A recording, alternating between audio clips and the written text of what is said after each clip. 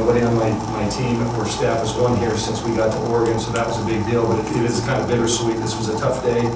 As many of you know, Kobe was actually a close personal friend with Sabrina. They've struck up a friendship over the last couple of years, and with Kobe and his family, and they're communicating several times a week. They're friends, and so I know it was really hard on her to see her go out and her teammates, battle for her and play the way that the kind of spirit, enthusiasm, and intensity that Kobe Bryant always played the game. I think was a incredible testament to a really championship character-filled team. So I'm really proud of our group. That was a good, hard-fought win, and especially defensively, I thought we were on point today. And that's the end of the floor that won the game for us. Kelly, how did you try to get the team to play this game after they won that matchup?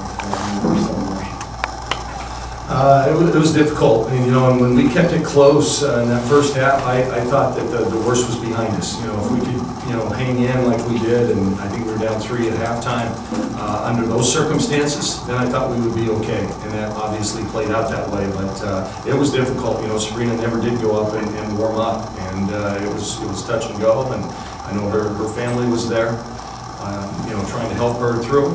And it's like losing a family member. And I know everybody is touched in some way or inspired by Kobe Bryant, but it really hit home to this team. He's been to several of our basketball games. He spent time with our team, talking and with each player that we have. So it was a little bit more personal than I think it might be to most teams.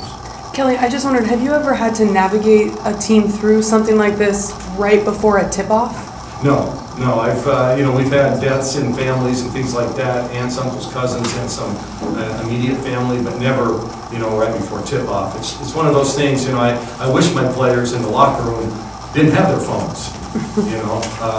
A different generation. They're taking a peek before they head up, and obviously it hit, but I think it was spread on the court anyway, so they probably would have found out. But no, this was a first, and they really handled it. And I'm proud of the team who kind of stepped up for their sister Sabrina and helped her. And I know almost to the person, they said, "We're going to do this for you. We're going to do this for you. We're going to do this for you." So that shows a great commitment to team. Coach, before the start of the tip-off, were there any thoughts of Sabrina possibly sitting out this game after such a traumatic event like this? You don't know Sabrina that well. Yeah, I think she wouldn't have done that. Maybe there was a moment she may have thought about it, but once she thought, truly, because I think she would have thought Kobe wouldn't have, he'd have played, because he was, maybe the best, most intense player we've ever seen in the game.